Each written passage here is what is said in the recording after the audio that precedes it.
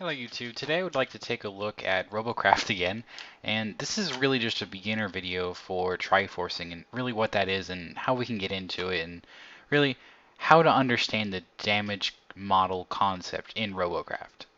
For those who don't care, you can skip this video, but for those who do need some serious help with Robocraft creations, you're just getting blown up out of the sky every second time you fucking get in the match, and it's just like really tired of it and you don't know what you're doing wrong.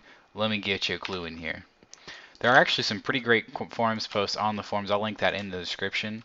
But for right now, let me just give the basic lowdown on how Triforcing is and what Triforcing is. Spaced armor and Triforcing are two of the main big ways to deal with damage in Robocraft.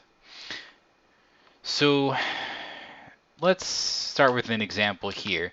This is actually the damage spread from one shot of a plasma shot, be it SMG, be it rail, just depending on how much damage. But how it works is basically in Robocraft's engine is when you get shot with an SMG or whatever, if you have a piece of armor right here, what happens is if the parts are connected, the damage will spread through those parts and push through. So let's say the shot came in, it has 100, let's just say it's 100, and each one of these is 25.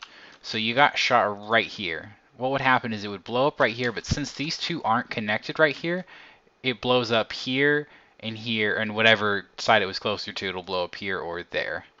So you lose that. But you still actually have quite a lot of hull left. So you're good shape. So this is what Triforcing is.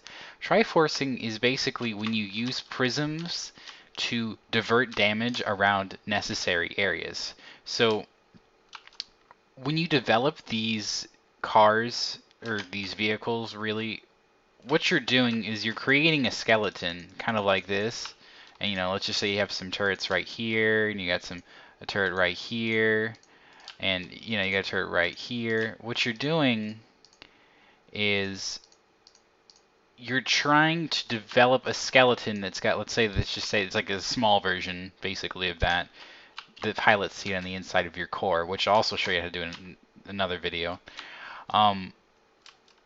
Basically, you're trying to create a skirt that never actually touches. It's spaced one block above the entirety, so it never actually touches except for maybe underneath the armor in like one spot here and then like one spot there, far away from your core. So you actually won't die if you keep getting shot. Matter of fact, you should actually test before you actually Triforce, you should make a skeleton and test it and make sure it's stable, because you want that to be in conjunction with your Triforced chassis to be the ultimate defense. So quick tips on how you can do this really easily is make rows. So how I do it is I make a row of regular blocks because of the way you have to place these. You make a row of blocks and then you up Triforce them like this. So to them it looks like a regular square block, but to you, you already know that you built it in a Triforce manner. So this is one way of Triforcing, and then you delete what's behind it, and then you take just a little bit of blocks and you put it. So what you're trying to do is, if you're getting shot from this side and you have all more Triforcing here and here and here, it's gonna take. They're gonna keep hitting in and like pushing through these layers until they get to the center, which you really don't want them to get to, is the skeleton of your vehicle.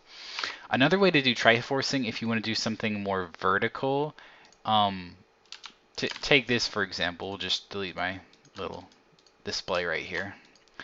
So here's another way of doing it. You can interlock cubes like this, and what it does is if you get shot here, it goes 1, 2, 3, 4. But here's the beautiful part is when you Triforce, you actually reduce the weight of your armor and make it tougher at the same time.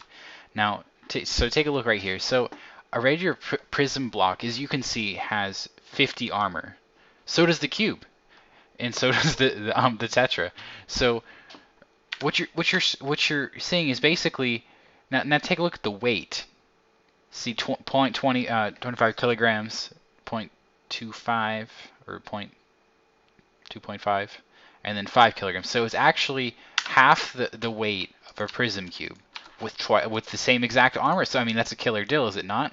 So Another way to Triforce, like, again, it would actually be with tetras, which is a little bit more complicated. I have actually never or very rarely seen anyone actually use this technique before, but I have seen it on the forums and a little bit in Robocraft, which I sometimes frequent as a site. It's pretty good if you ever need like a quick look up at some interesting designs. So how this works is basically you can have two lattices interlocking. So what you do is you create a line with this basically like this, and you just keep repeating this lattice design.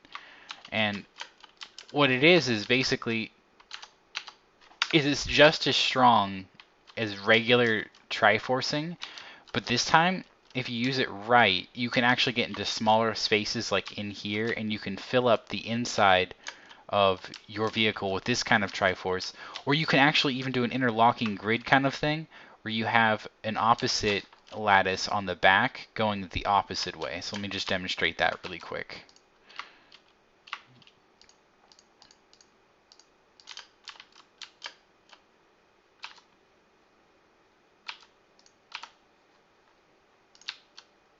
Alright, so what I'm trying to do here is I'm trying to show you how the Triforcing lattice would work on a thing. So how this would work is if you start getting multiple done, so you start doing one here, you push it a layer back, you do something like that. And how that works is basically shots come in, but since it's not connected to that one or any of that one, it just goes down the line. So it kind of just breaks through slowly, like kind of like bulletproof armor.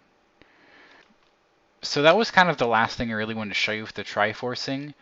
I'm going to have a separate video for the core because that's actually such a separate, different process, because most people don't know actually how to build their core. So let's say you did all your Triforcing and you did the skeleton right and you did everything right, but then what happens is you didn't do the core right and your shots, they get to your skeleton and then boom, it's just instant shot, you're dead, game over. You just dropped from 50% to 40% to 30% to 1% and it's over. So I'll have a separate video for that, getting into depth and how that, how to do that correctly. But as far as everything else, have a good time with it. Really check how you're doing your Triforcing. I'll have some more resources in the description, which that might be able to provide a better description of how to do it or different techniques in Triforcing. But yeah, this has been Broken Bits. So everyone, yeah, have a nice day, YouTube.